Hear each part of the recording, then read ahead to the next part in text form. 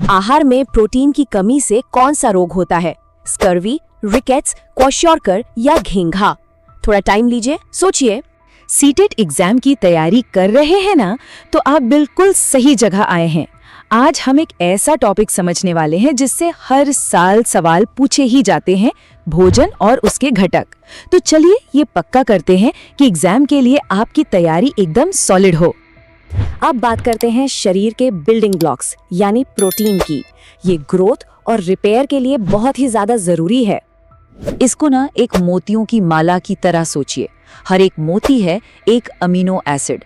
जब ये मोती एक धागे, जिसे पेप्टाइड बॉन्ड कहते हैं, से जुड़ते हैं तो वो एक लंबी माला बनाते हैं जिसे पॉलीपेप्टाइड चेन कहा जाता है। और यही है प्रोटीन।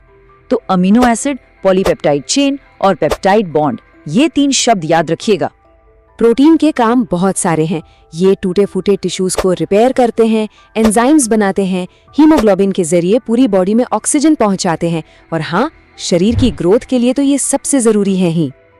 अब देखते हैं कि क्या होता है जब हमें ये जरूरी न्यूट्रिएंट्स ठीक से नहीं मिलते। इनकी कमी से होने वाली बीमारियों को कहते हैं अभावजन्य रोग या डेफिशिएंसी डिजीज, और ये सीटेट का एक पसंदीदा टॉपिक है। प्रोटीन की कमी से 2 मेन बीमारियां होती हैं जिन्हें आपको याद रखना है, क्वाशियोरकर और मेरिस्मस।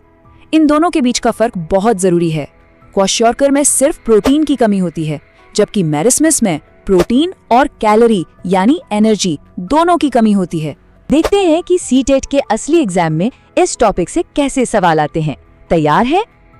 ये सवाल सीधा सीटेट 2024 के पेपर से है। आहार में प्रोटीन की कमी से कौन सा रोग होता है? स्कर्वी, रिकेट्स, क्वाशियोरकर या घेंघा? थोड़ा टाइम लीजिए, सोचिए। और सही जवाब है सी, क्वाशियोरकर। बाकी ऑप्शंस गलत क्यों हैं? क्योंकि स्कर्वी विटामिन सी की कमी से, रिकेट्स विटामिन डी की कमी से और घेंघा आयोडीन की कमी से होता है। ये एक और मजेदार सवाल है। इसमें एक शब्द पर खास ध्यान देना है, प्रति ग्राम। इनमें से कौन सा पोषक तत्व प्रति ग्राम सबसे ज्यादा एनर्जी देता है? और सही जवाब है वसा यानी फैट।